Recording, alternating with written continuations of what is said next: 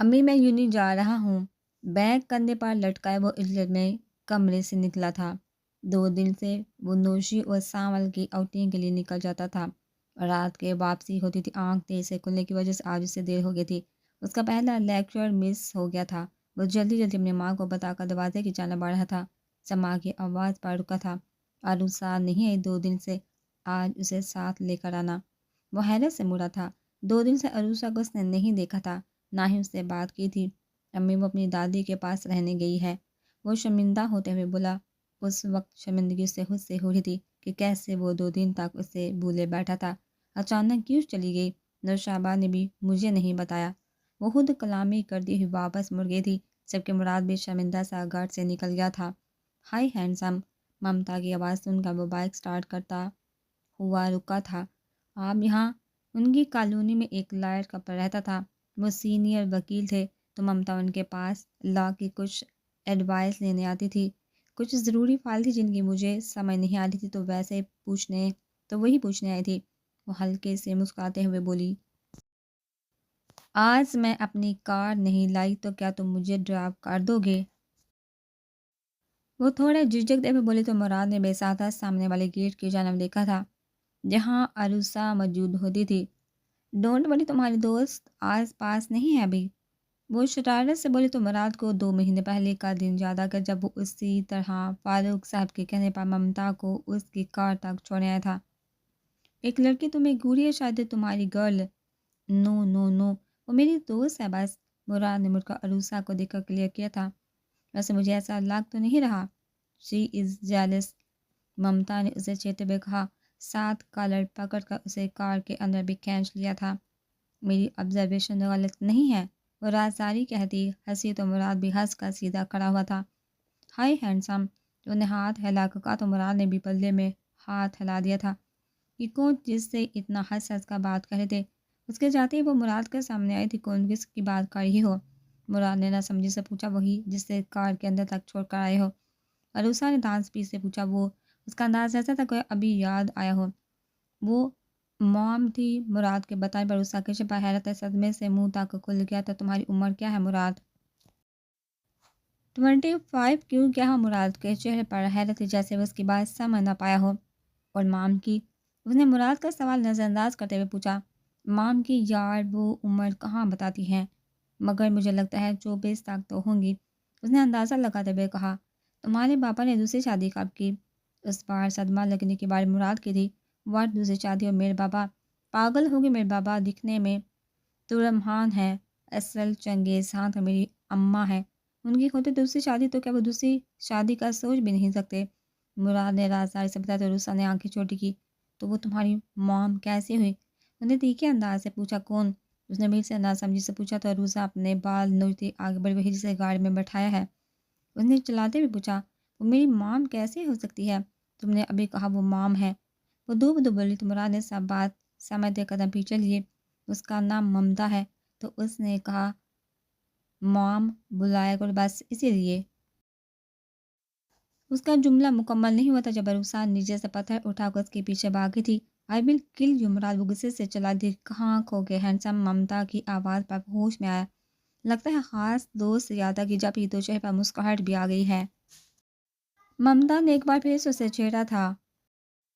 بیٹھ جائیے، میں چھوڑ دیتا ہوں۔ وہ مسکراتا ہوا سر جھٹکتا بولا تو ممتا اس کے پیچھے بیٹھ کے مراد نے تہیہ کیا تھا وہ آج لازمی عروسہ سے بات کرے گا۔ کبھی کبھی انسان جو سوچتا ہے زندگی اس کے برعکس چلتی ہے۔ مراد کو وہ ملنے جا رہا تھا جس کی خواہش اس نے کی تھی۔ یہ خواہش عروسہ تو بالکل نہیں تھی۔ باسط بھائی، ہم لوگ کل کی ٹرین سے لاہور کے لیے نکلیں گے۔ ابھی یہاں کی ہاسٹل اور وارڈن نے اسے 2 دن پہلے ہاسٹل میں آنے کا کہا ہے۔ لمس نے باسط کے فون اٹھاتے نان اسٹاپ اپنی بات بولی تھی۔ باسط نے گہرا سانس لیا۔ ٹھیک ہے، مجھے ساتھ ساتھ بتاتی رہنا، میں تم دونوں کو ریسیو کر لوں گا۔ باسط کی مصروف آواز سے ان کا لمس نے فون کان سے ہٹایا۔ سوری میں بھول گئی تھی، یہ آفس ٹائم میں۔ لمس نے معذرت کرتے ہوئے فون بند کر دیا تھا۔ باسط نے اس کی جلد بازی پر مسکرا کر نفی میں سہلایا تھا۔ ابھی اپنی دوست کا نمبر دو مجھے۔ اس نے فون کٹ کرنے کے بعد منحل کا نمبر مانگا تو بیہا نے آئی برو اچکاتے اسے دیکھا۔ حد ہے، ہر بات کی تفتیش کرنی ہے تمہیں، نمبر دو۔ اس نے چڑھتے ہوئے اسے اس کا موبائل لیا تھا۔ بیہا اپنی ماں کے بلانے پر لمس کو گوڑی سے نواز کر کمرے سے نکل گئی تھی۔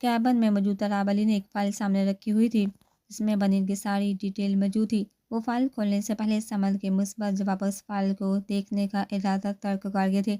اگر یہ لڑکی خطا بنے تو اس کی فیملی اور اسے وہاں پہنچا دینا جہاں ان کے جیسے لوگوں کو ہونا چاہیے۔ ملک ترابلی نے سامنے بیٹھے آدمی کو کہا تھا جس کے چہرے پر ایک شاطرانہ مسکراہٹ آئی تھی۔ کب سے بج رہا ہے دروازہ؟ یہ لڑکی سوئی ہوئی ہے کیا؟ سیڑھی کی طرف کا دروازہ 3 بار بج چکا تھا مگر اوپر سے آ کر کسی نے بھی نہیں کھولا تو شاہدہ بیگم نے اپنے تحت سے اٹھتے ہوئے کہا، میں کھول دیتی ہوں۔ اوپر کا پورشن ہادی اور حور کے زیر استعمال تھا۔ 2 مین دروازے تھے جن میں ایک اوپر والے پورشن تک جاتا تھا، دوسرا نیچے والے، البتہ چھت تک دونوں پورشن کی رسائی تھی۔ سیڑھی کا راستہ نیچے والے پورشن میں ایک دروازے کے ذریعے جڑا تھا اور اسا انہیں مشکل سے اٹھتے دیکھا بولی تھی، پھر دروازے کی جانب بڑھ گئی تھی۔ اس نے اپنی جانب والا دروازہ کھول کر باہر جھانکا تھا جہاں ہادی بیزار کھڑا دروازے کے کھلنے کا منتظر تھا۔ یہاں سے اندر آ جائیے، وہ کہہ کر اندر واپس آ گئے تھے جبکہ ہادی نے صرف ایک آنچل ہی دروازے سے گم ہوتا دیکھا تو وہ ساڑھ جھٹک کر دوسرے گیٹ کی جانب آیا تھا۔ ابھی وہ شش پنج میں ہی تھا جب عروسا واپس وہاں آئی تھی، دروازہ لاک کر دینا۔ وہ ہادی کی جانب دیکھا بولی تھی، چہرے پر کوئی تاثر نہ تھا۔ ہادی کو اس کی ذات ایک پہلی لگی تو وہ اسے تیسری بار دیکھ رہا تھا اور اس بار اسے اس کی دلچسپی پیدا ہو گئی تھی۔ اس کے پیچھے اندر آیا جب راستے میں رکے اسٹول کو نہ دیکھ پائے، اس کا پاؤں اسٹول میں اٹکا تھا۔ جیسے ہی وہ گرنے لگا اس کا ہاتھ غیر ارادی طور پر عروسا کی جانب بڑھا تھا۔ انہیں عروسا کا بازو پکڑا تو عروسا نے فوراً سے بیشتر سے بازو چھڑوا کر اسے دھکا دیا تھا۔ وہ اونڈے منہ گرا تھا۔ ہائے ہادی بچے! شاہدہ بیگم فوراً تحت سے اٹھ کر اس کی جانب بڑھی تھی۔ ہادی نے سیدھے ہوتے اپنے ہاتھ کی پوچھ سے ناک سے بہتا خون صاف کیا تھا۔ آنکھوں میں شکایت تھی جبکہ عروسا سپاٹ چہرہ لیے کھڑی تھی، پھر تیز قدم اٹھاتی اپنے کمرے میں چلی گئی تھی۔ ہادی نے ناسمجھی سے اس کا یہ رویہ دیکھا تھا۔ اس نے جان بوجھ کر اس کا بازو نہیں پکڑا تھا مگر عروسا نے دھکا اسے جان بوجھ کر دیا تھا۔ ناک سے بہتے خون نے اس کا دھیان ہٹایا تھا۔ میں ٹھیک ہوں دادی بلر۔ وہ کھڑا ہوتا شاہدہ بیگم کو تسلی دے کر رومال ناک پر رکھ کر دروازے کی جانب بڑھ گیا تھا۔ عجیب لڑکی ہے، حد ہے بھائی، میں نے کون سا جان بوجھ کر بازو پکڑا تھا؟ اپنے کمرے میں کھڑا وہ روئی سے ناک سے خون صاف کرتا بڑبڑا رہا تھا۔ حوریہ سو رہی تھی، جانتا تھا وہ اس کے سرہانے ڈول بھی بجا لے تو اسے اٹھا نہیں سکتا، اس لیے بے فکر ہو اونچی آواز میں بڑبڑا رہا تھا۔ وید اچانک کچھ یاد آنے پر وہ ٹھٹکا تھا، اس کی آنکھوں میں ڈر تھا۔ مجھے گرا دیکھ کر وہ ڈری تھی۔ وہ خود سے سوال کر رہا تھا، ذہن الجھ گیا تھا، لیکن ڈر کیوں کیا اس پر کسی نے ہاتھ شاہدہ بیگم کی اس کی محبت یاد کرتے ہی اس نے فوراً اپنی سوچ کی نفی کی تھی۔ کوئی کیوں اس پر ہاتھ اٹھائے گا؟ لیکن وہ سہمی کیوں تھی جیسے اپنی غلطی کی سزا سے ڈری ہو۔ وہ مسلسل سوچوں کے بھنور میں پھنسا تھا۔ بائی حوریہ کی نیند بڑی آواز پر اس نے مڑ کر دروازے کی سمت دیکھا جہاں حوریہ کھڑی تھی۔ اب آہستہ بات کر لیں گے، خود سے مجھے نیند آ رہی ہے۔ وہ بمشکل آنکھیں کھولی بولی تو ہادی نے سازب سے سا ہلایا، یہ کون سا وقت ہے سونے کا حوریہ؟ بھائی میرے خیال سے یہ وقت ہوتا ہے سونے کا۔ حوریہ کے دو بدو جواب پر ہادی نے آنکھیں چھوٹی کی اسے دیکھا۔ شام کے سائے گہرے ہوتے بستر سنبھال گئی تھی۔ میں جمال سے انکل سے بات کرتا ہوں، بہت بگڑ رہی ہے لمس تمہیں، ہادی نے افسوس سے کہا تو حوریہ کی آنکھیں پوری کھل گئی تھی۔ یہ غلط بات ہے بائی، وہ غصے سے بولی مگر وہ ان سنا کرتا واش روم میں بند ہو گیا تھا۔ بائی وہ بے بسی سے چلا تھی، وہ کھلکھلاتی ہوئی بھاگ رہی تھی، بار بار پیچھے مڑ کر کسی کو چڑھاتی تھی اور پھر سے بھاگنے لگتی تھی۔ یکدم اس کے چہرے پر خون کے چھینٹے پڑے تھے، وہ اپنے کانوں پر ہاتھ رکھے پوری شدت سے چلائی تھی۔ اس کا پورا وجود خون میں نہا گیا تھا۔ سامنے سے اس کا نام پکارا گیا تھا تو اس نے چونک کر آنکھیں کھولی مگر سامنے کھڑا وجود اس کے نظروں کے سامنے زمین بوس ہوا تھا۔ وہ ایک بار پھر چلائی تھی، اس کی آواز تکلیف سے بھرپور تھی۔ شاہدہ بیگم نے فوراً آگے بڑھ کر اسے نیچے جگانا چاہا مگر بے ہوش ہو چکی تھی، ہاتھ پاؤں ٹھنڈے پڑ گئے تھے۔ انہوں نے فوراً جا کر اپنے شوہر کو جگایا تھا۔ ایمبولینس کی آواز پر ہادی کی آنکھ کھلی تو وہ اٹھ کر باہر آیا۔ کھڑکی سے نیچے جھانکتی اس کی نظر اسٹریچر پر لیٹی عروسا پر نظر پڑی۔ وہ تیزی سے نیچے بھاگا تھا۔ دادی نے شاہدہ بیگم کو پکارا جن کا رونے سے برا حال ہو گیا تھا۔ میری بچی کو پتہ نہیں کیا ہو گیا ہادی، وہ روتے ہوئے بولی۔ دادی حوصلہ کرے، میں دیکھتا ہوں، جا کر پریشان نہ ہو۔ انہیں تسلی دے کر بہرا جہاں عروسا کو ایمبولینس میں لے جایا گیا تھا، اس نے اپنی بائک ایمبولینس کے پیچھے لگا لی تھی۔ اسے رہ کر عروسا کا ڈرا سہما چہرہ یاد آ رہا تھا۔ 20 منٹ کے طویل انتظار کے بعد وہ ہاسٹل پہنچا تھا۔ عروسہ کو اندر لے جایا جا رہا تھا۔ وہ اصغر صاحب کے پاس آیا جو دیر سے گئے تھے۔ سب ٹھیک ہو جائے گا دادو، انہیں تسلی کے الفاظ بولے تھے۔ نہ جانے کب وہ نارمل ہوگی۔ وہ غیر مرئی نکتے کو دیکھتے بولے تھے۔ ہادی کے دماغ میں کلک ہوا تھا مگر اس نے فی الحال اس بات کو خریدنا مناسب نہ سمجھا اور ڈاکٹر کا انتظار کرنے لگا۔ دوسری جانب مراد بوڑھے خواب سے ڈر کا مسلسل عروسہ کا نمبر ملا رہا تھا جو کوئی اٹھا نہیں رہا تھا۔ وہ کمرے میں ٹہلتا بے چینی سے اپنے فون کو دیکھ رہا تھا۔ عروسہ کے کال اٹھانے کا منتظر تھا۔ شی از فائن، یہ کسی قسم کی میڈیسن لیتی ہے؟ ڈاکٹر نے پوچھا تو اصغر صاحب نے ہاں میں سر اس کا علاج چل رہا ہے نفسیاتی ڈاکٹر کے پاس۔ اصغر صاحب نے اپنی معلومات کے مطابق جواب دیا۔ وہ دوا ان کے دماغ پر بری اثر کرے گی، آپ فوراً سے بیشتر انہیں دوا دینا بند کر۔ ڈاکٹر مزید ہدایت دے رہا تھا جبکہ ہادی خاموشی سے کھڑا تھا۔ اس کا ذہن ایک بار پھر عروسہ میں اٹک گیا تھا۔ وہ دونوں یونی گیٹ کے سامنے کھڑی تھی۔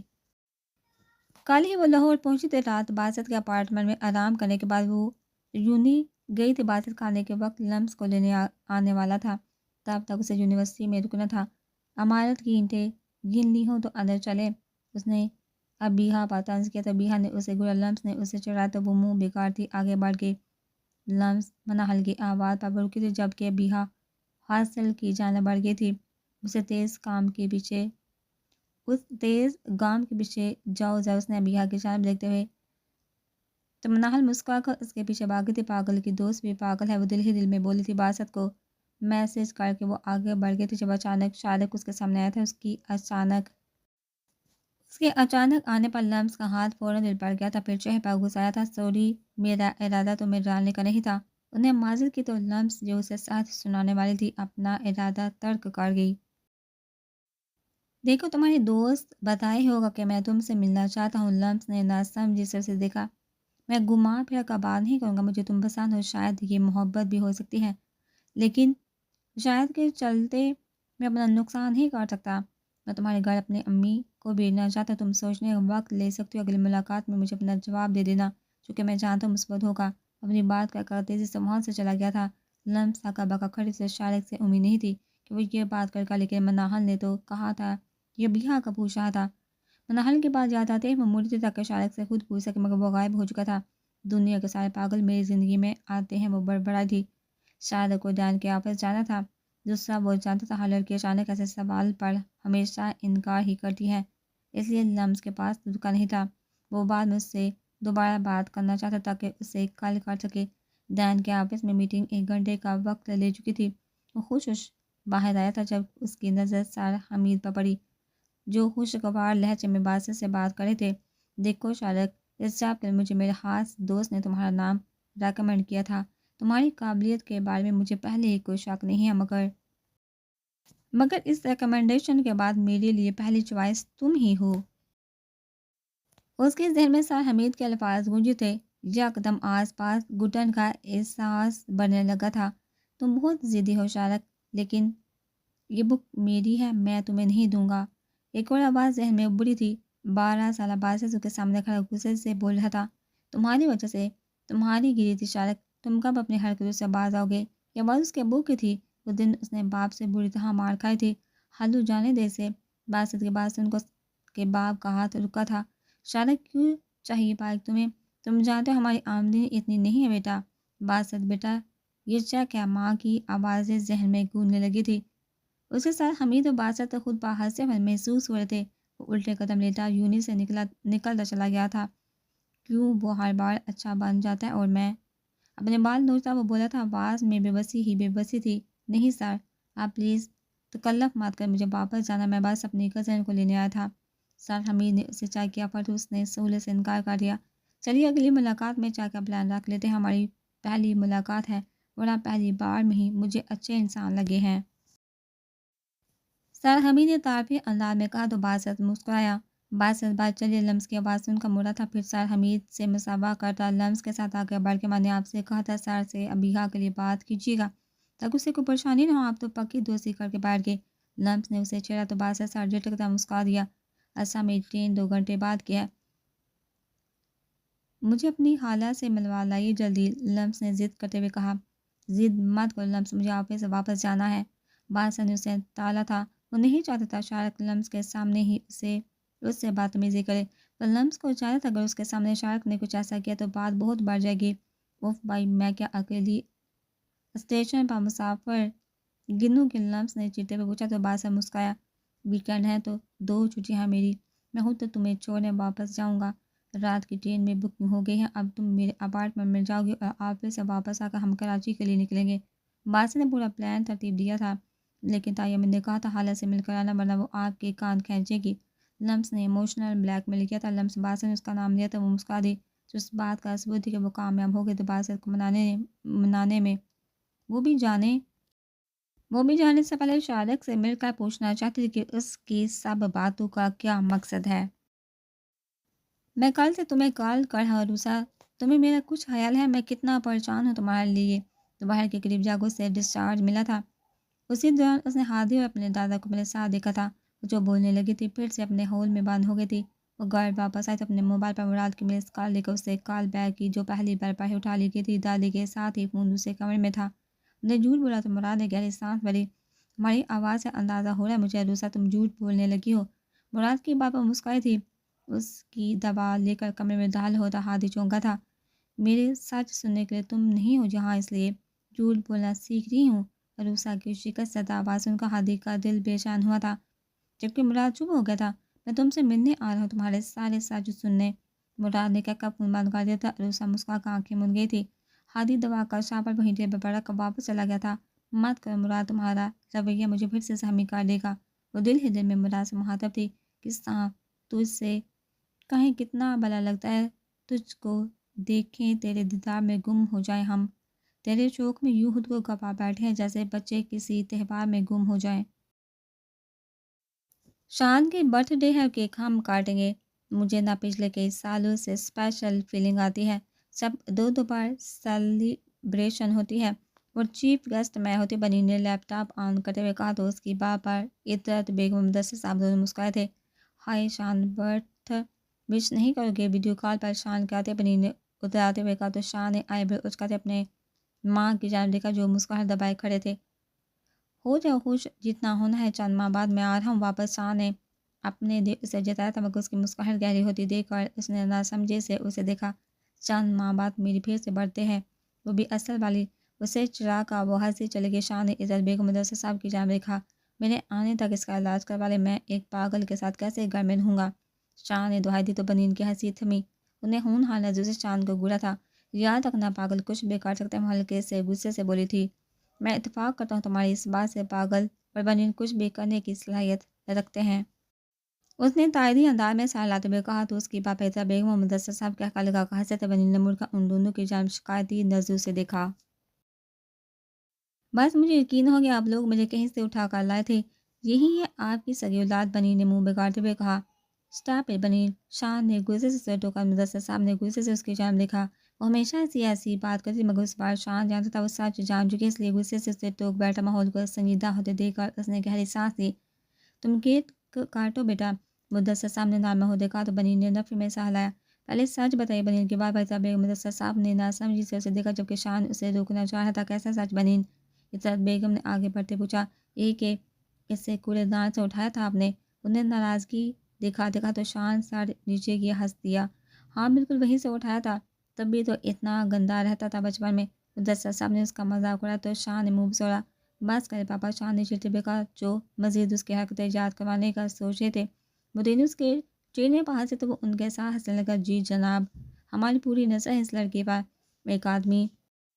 ایک آدمی تابعداری سے سر جھکائے سمت کے سامنے کھڑا تھا۔ کالبد لڑکی ایک فائل لے کر اپنے گھر سے نکلے گی، تمہیں وہ فائل مجھ تک پہنچانی ہے، یاد ہے، صرف فائل لڑکی کو کوئی نقصان نہ ہو۔ سم نے بے چینی سے اپنی ٹانگ ہلاتے ہوئے کہا تو وہ شخص تابعداری سے سر ہلاتے الٹے قدم لیتا وہاں سے چلا گیا تھا۔ میں بھی دیکھتا ہوں تم فائل کیسے جمع کرواتی ہو مس بنین۔ مدثر رضا، وہ دل ہی دل میں بنین سے مخاطب تھا، پھر کھڑا ہوتا ایک کمرے کی جانب بڑھ کے کمرے میں لگی فوٹو کو دیکھا، وہ وہیں باہر گیا تھا۔ بہت جلد آپ کے قاتل میرے سامنے ہوں گے چاچو، جنہوں نے آپ کو مجھ سے چینا۔ آپ نے کہا تھا بابا کا خیال رکھنا، دیکھیے میرے ہوتے ہوئے کوئی انہیں چھو بھی نہیں سکتا۔ وہ سامنے لگی اعتصام کی فوٹو سے بات کر رہا تھا، گلے میں اسٹیتھوسکوپ پہنے وہ ایک ہاتھ پاکٹ میں ڈالے اور ایک ہاتھ سے اپنا کوٹ پکڑے کھڑا مسکرا رہا تھا۔ اب بہت جلدی چلے گئے چاچو، لیکن آپ فکر نہیں کریں، میں ڈھونڈ لوں گا اسے۔ انہوں نے اٹھ کر ان کی تصویر پر ہاتھ پھیرا تھا، پھر کمر سے نکل چلا گیا تھا۔ یہ اپارٹمنٹ ارتسام کا تھا، جہاں وہ اپنی پڑھائی کے دوران رہائش پذیر تھا۔ اب یہ اپارٹمنٹ سمد کے پاس تھا۔ انہیں اپنے چچا کی کسی چیز کی ترتیب نہیں بدلنے دی تھی۔ اتنے سالوں بعد بھی ویسا ہی تھا۔ وہ مشکل میل آ کر صفائی کرتی تھی، ورنہ وہ کسی کو اجازت نہیں دیتا تھا کہ کوئی اس کمرے میں بھی آئے۔ نظر کو لڑکی پر سمد کا بیچا آدمی اپنے ساتھیوں کے ہمراہ بنین پر نظر رکھے ہوئے تھا۔ لڑکی جیسے اسے روٹ پر آئے گی فوراً اسے سے فائل چھین لینا۔ وہ سب الرٹ تھے، بنین جیسے سنسان راستے پر، وہ سب لوگ اسے گھیر چکے تھے۔ کون ہو تم لوگ؟ بنی نے خوفزدہ ہوتے قدم پیچھے لیتے ہوئے پوچھا۔ مقبولوں کو جواب دینے کے بجائے آگے بڑھ کر اس سے فائل چھیننے لگے۔ بچاؤ کوئی ہے! بنی نے چلانا شروع کیا تو ایک آدمی نے اس کے منہ پر تھپڑ مارا۔ وہ زمین پر گرے تھے، سر زمین پر پتھر سے ٹکرا تو ماتھے سے خون کی ایک لکیر بہہ کر نکلی تھی۔ فائل مل کے نکلو یہاں سے! اب اس آدمی نے فائل اٹھا کر باقی سب کو چلنے کو کہا، جبکہ اس کا جملہ بنین بھی سن چکی تھی۔ وہ اٹھ کر ان کے پیچھے جانے لگی، مگر وہ کار میں بیٹھ کر وہاں سے نکلتے چلے گئے تھے۔ کہ تم نے اچھا نہیں کیا ملک طلعت علی، میں اپنے ماں باپ کی وجہ سے پیچھے ہٹ گئی تھی، مگر تم… اس نے نفرت بڑے لہجے میں کہا، پھر آگے بڑھ گئی۔ وہ اسی طرح یونی پہنچی تھی۔ آج اسے تھیسس جمع کروانا تھا، مگر اس کی فائل اس سے لی جا چکی تھی۔ تھیسس نہ جمع کروانے پر اس کی ساری محنت ضائع ہو جاتی۔ وہ ڈین کے آفس کے باہر انتظار کرتی، دوسری جانب سمد فائل ہاتھ میں لیے بیٹھا تھا۔ انہیں اچھی طرح پوری فائل چیک کی، مگر بنین نے لاسٹ تک ملک طلعت علی کے بارے میں کچھ غلط نہیں لکھا تھا۔ انہیں فائل واپس دینے کا سوچا، مگر انا آڑے آگ بنا کچھ بھی سوچے اس نے فائل کو جلا کر رکھ کر دیا تھا۔ اپنی انا کے چلتے اس نے بنین کا مستقبل داؤ پر لگا دیا تھا۔ سر میرا یقین کر، یہ انہوں نے ہی کیا ہے، آپ پلیز انہیں کہیں کہ میری فائل واپس کر دے۔ میرے 2 سال ضائع ہو جائیں گے صاحب۔ وہ ڈین کے آفس میں کھڑی ان سے التجا کر رہی تھی۔ دیکھو بنین، ہم کیسے کسی سیاستدان پر الزام لگا سکتے؟ اگر یہ بات ہم کریں گے بھی، ہماری یونیورسٹی کی ساکھ بے خراب ہوگی۔ اور وہ اسے سمجھاتے ہوئے بولے، آپ سمجھ نہیں رہے سر، میں فائل کیسے بناؤں گی اتنی جلدی دوبارہ؟ میری ساری محنت لوگوں کے بیان، ان کے دستخط کیسے واپس؟ اس نے اپنا ساتھ تھام لیا تھا۔ بنین آپ جل سکتی ہیں، میں صرف آپ کو 2 گھنٹے کی مہلت دلوا سکتا ہوں۔ اپنا کام ان 2 گھنٹوں میں کر لیں، ڈین نے بات ختم کرتے ہوئے کہا۔ بنین حالی حال کیبن سے باہر تھی۔ لگتا ہے کوئی ابھی رو دے گا، سمد کی مذاق اڑاتی آواز پر بنین نے دائیں جانب دیکھا، جو اس کی حالت پر ہنسا تھا۔ اس کے ماتھے پر خون جمع دیکھ کر اس کی آنکھیں سکڑی تھی۔ کاش تمہارے خاندان کا ایک پل بھی انسان نے رکھتا ہوتا۔ مجھے افسوس ہو رہا ہے آج کیسے درندے و بے ضمیر لوگ ہمارے ملک کو کھا رہے ہیں اور کچھ کھانے کو تیار بیٹھے۔ بنین نے نفرت سے ایک ایک لفظ بولا تھا۔ سمجھ جو کچھ پل پہلے اس کی چوٹ کی وجہ سے شرمندہ ہوا تھا، ایک بار پھر اسے غصے سے دیکھنے لگا۔ تم نے جو کیا یہ صرف اس کی چھوٹی سی سزا تھی مس بنین۔ میرے بڑے پاپا کے بارے میں آئندہ کوئی بات منہ سے نکالنے سے پہلے اس سزا کو یاد کر لینا۔ وہ تمسخرانہ انداز میں کہتا اسے راستے سے ہٹا تھا، آگے بڑھ گیا۔ بنین وہیں کھڑی تھی، اس نے اپنا موبائل نکالا تھا اور شان کا نمبر ملایا۔ میری ڈگری برباد ہو گئی شان، ملک طلعت علی نام کا گرہن میری زندگی کی سب سے بڑی خواہش مار گیا۔ تم نے کہا تھا اپنی خواہش مرنے مت دینا، لیکن اب کیا کروں میں؟ کیا اب بنین کو کوئی روک سکے گا؟ وہ شان سے سوال کرتی بنا اس کا جواب سنے پون باندھ کر گئی تھی۔ اسے 2 گھنٹے ملے تھے اور یہ 2 گھنٹے اس نے ملک طلعت علی کی بربادی کو دیے تھے۔ اپنے آنسو صاف کرتے وہ ایک کے بعد ایک پوسٹ سوشل میڈیا پر ڈالی تھی۔ اس کے موبائل میں ملک طلعت کا لیا انٹرویو بے ریکارڈ تھا۔ اس نے وہ پوسٹ کر دیا تھا، جنگ ہے تو پھر جنگ سے ہی۔ وہ ایک قسم سے بولتی یونٹ سے نکلتے چلے گئے پیچھے۔ سوشل میڈیا فوراً ہی سرگرم ہو گیا تھا۔ کہاں تھے؟ اب تک رات ہونے کو آئی ہے۔ شارے گھر لوٹا تو نوریہ بیگم نے اس کے چہرے کی طرف دیکھ کر پوچھا۔ فرید کے ساتھ تھا، اس نے صوفے کی کرسی ٹیک لگا کر تھکے لہجے میں جواب دیا۔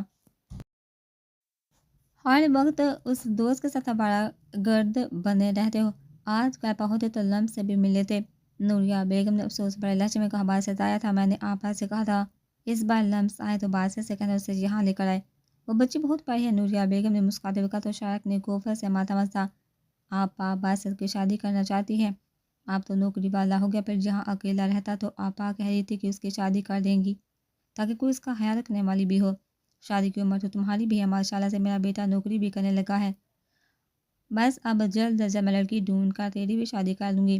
ماں کی بات سن کر اس کا ماتھا مسرتا ہاتھ رکا تھا۔ آپ کو لڑکی ڈھونڈنے کی ضرورت نہیں، مجھے لمس انصاری سے شادی کرنی ہے۔ نوریہ بیگم نے حیرت سے شارق کا چہرہ دیکھا تھا۔